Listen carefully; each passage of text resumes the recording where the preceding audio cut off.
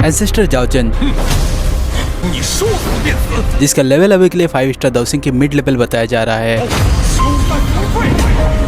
But काफी लोगों का कहना है कि एंसेस्टर जाओचन का एक्चुअल जो लेवल है वो काफी ज्यादा था। इधर फेरीफाइंग डेमोनिक लोटस रियल में फंस जाने के बाद इसका लेवल ड्रॉप आउट हो गया है। बट क्या एक्चुअल में बीटीटीएस में पॉसिबल है किसी का लेवल गिरना? अगर हाँ तो क्या जाओचन अपनी प्राइम में इससे भी ज्यादा पावरफुल था और कितना ज्यादा पावरफुल था? एंड इस फेरीफाइंग डेमोनिक लोटस फिल्म आर्क के बाद जाओचन का एक्चुअल में क्या होगा, वो कहाँ जाएगा, कहाँ रहेगा और बीटीटीएस की एंड तक उसका पावर लेवल क्या होगा? तो welcome back to the another Better Travels video topic. इस वीडियो में हम लोग जाओचन के बारे में बात करेंगे। तो सबसे पहले बात करते हैं क्या बीटीटीएस में किसी बंदा या बंदी का जो लेवल है वो गिर सकता है? तो यहाँ पे मैं कुछ पॉइंट दूंगा, उसके बाद आपको अपनी आंसर खुद ही मिल जाएगा। फिर आप लोगों ने एक बात नोटिस किया है कि एनर्जी ड्रेन कैसा होता है? अगर किसी का दुई की कंटिन्यूअसली किसी और चीज में यूज हो रहा हो, जैसे कि हिडन आर्टिफैक्ट या तो सीक्रेट कंडीशन, तो उसका लेवल धीरे धीरे गिर सकता है या तो बढ़ता ही नहीं, एक ही जगह पे रुक जाता है। एग्जाम्पल के लिए आपको याद होगा जान की अर्ली स्टेज में उसका दुई की एकदम सीक्रेटली ड्रेन हो रहा था, जो कि मास्टर यालो यूज कर रहा था। उसके बाद जो सेकंड पॉइंट है ये जाओचन से उतना ज्यादा रिलेटेड नहीं है, बट सेकंड पॉइंट में है इंजरी या तो मेरिडियंस का डैमेज। तो फाइट करते करते अगर किसी बंदा या बंदी को इंजरी हो जाता है तो